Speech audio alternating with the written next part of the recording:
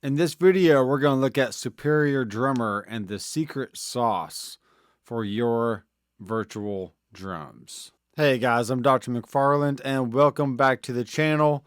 Recently, I was working on a song and I like using Superior Drummer or Easy Drummer. They're both really good programs. But in this particular song, I'm using Superior Drummer. And I noticed that the transients were peaking pretty hot. I was like, well, let's control that a little bit, maybe through compression or some other means. And I added something that actually worked really well. So let me first play you just the drums here. We're not going to do all the other instruments, but let's listen to the drums and let's hear what that sounds like. And then we'll add the secret sauce and you'll hear the difference. So here's the drums from the chorus.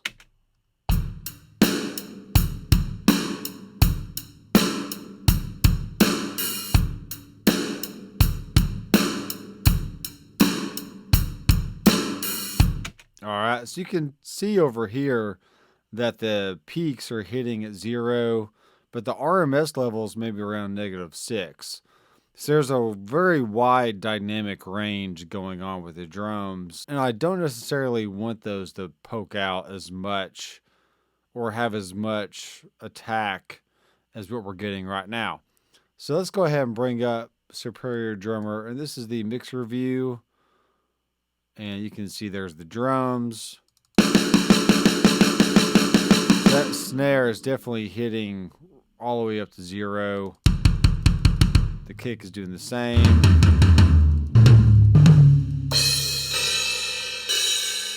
Okay.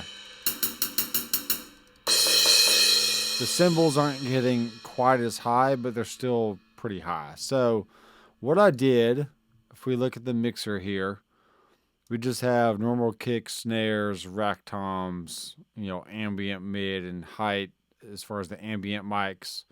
I am sending the snare top to a bus, which is adding some room reverb, which is cool. Well, there is some compression on some of these things going on here. Let me play some drums again.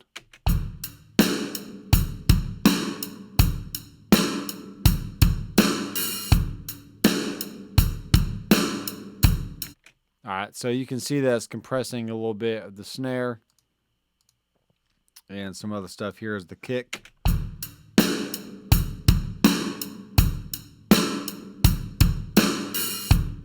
All right, cool.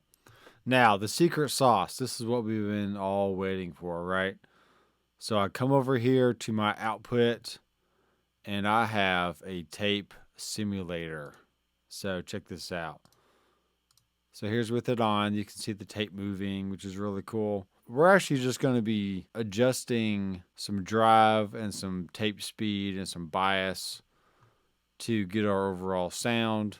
And this is what I have currently right now. So look at the meters over here, and we'll see a huge difference.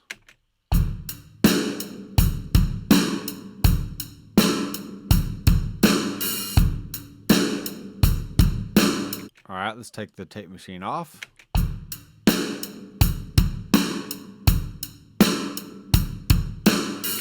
All right, so you can see that the RMS level is still hitting around -6, but those peaks are going all the way up to 0. And with the tape machine back on, check it out again. Off.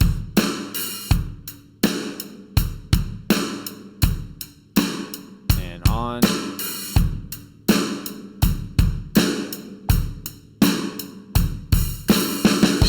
So it definitely makes it fatter, wider sounding, definitely has less attack to the notes, and it's really cool. So let's mess with the drive and see what that does here.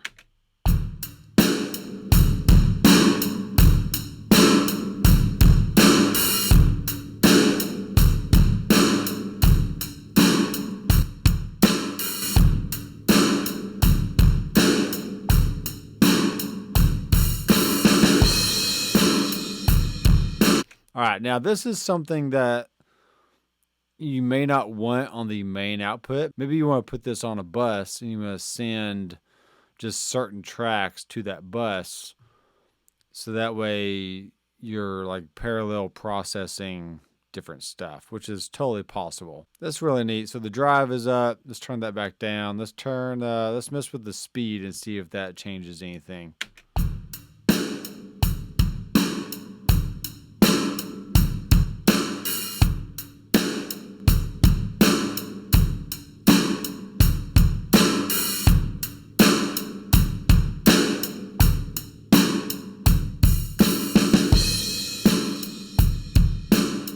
That's really cool.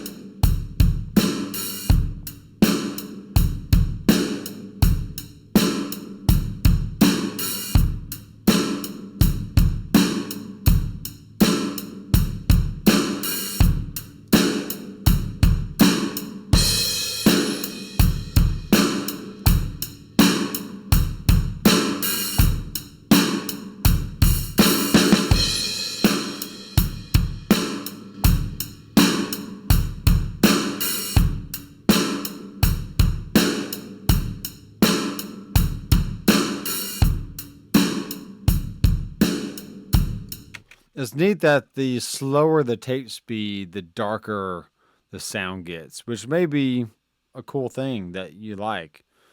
Just take some experimenting a little bit. Let's mess with the noise and see if we can get some noise going on. Let's go back to 15 inches per second or so, somewhere around there.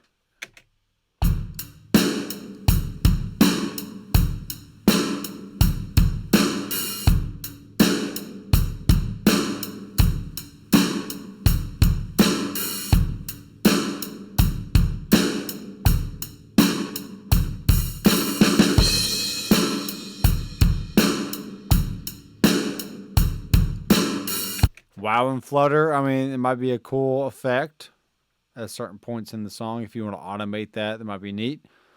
Let's mess with the bias.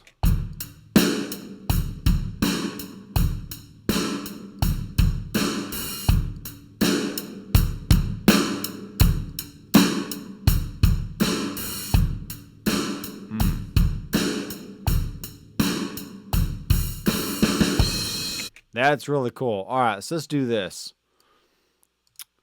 Let's take this off of the main output and let's move it. Let's send this to bus 2.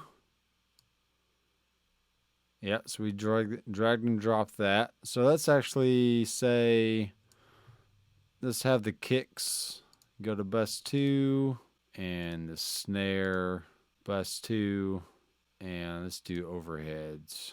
Well, let's just send the rack toms as well. 4-tom, hi-hat. All right, everything's going except for the room mics, because why not? And actually, the room mics, let's send that to bus 1. Because that's going to an extra reverb. So we can blend those in a little bit. All right. So now we got bus 2. Let's check it out.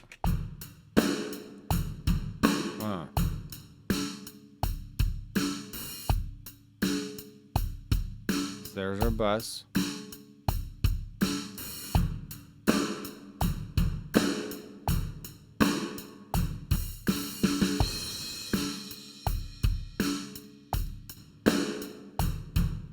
So we can mute the ambient mics if we want to, just by muting bus 1.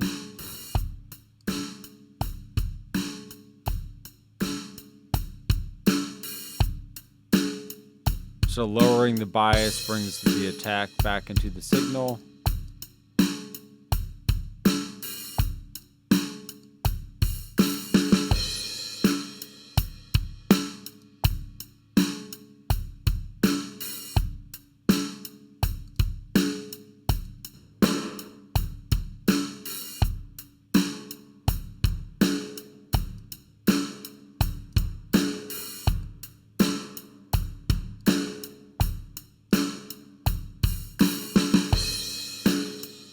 Cool. I like it.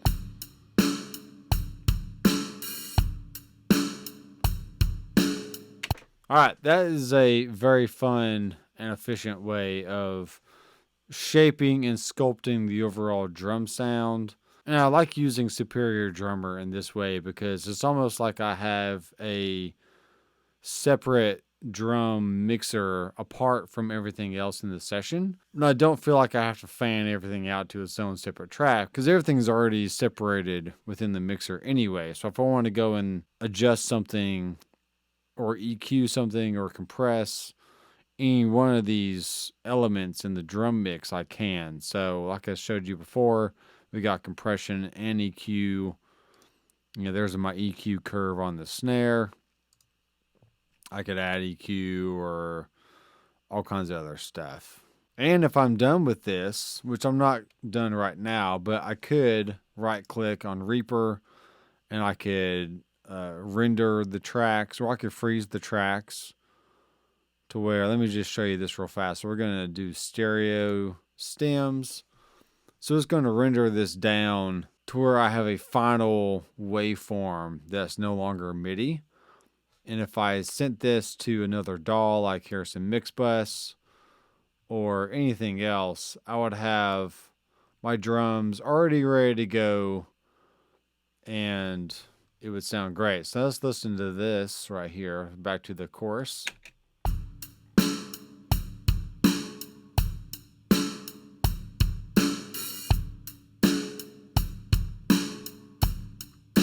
All right, let's mute the vocals. Let's just play the music so you can hear that.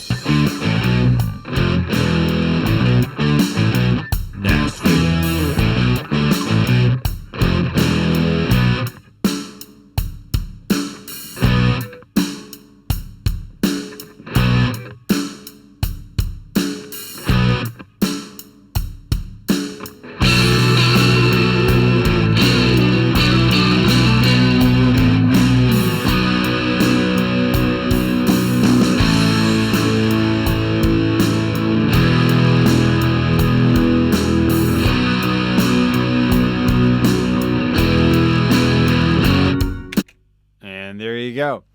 So I can always go back in and tweak the drums if I want to, but that's just a great secret sauce to add to your virtual drums. And even if you're using Universal Audio Apollo, Twin, or X4, or any of that line, or if you have your own tape plug-in, I definitely suggest taking your drums, running it through the tape, and it definitely helps smooth out those transients and just get a nice fatter sound. So hope that helps you guys out in processing your virtual drums or acoustic drums for that matter. And be sure to subscribe down below and click the bell icon so you'll be notified the next time I release new videos. So thanks guys for watching. I'm Dr. McFarland. I'll see you in the next video. Keep rocking.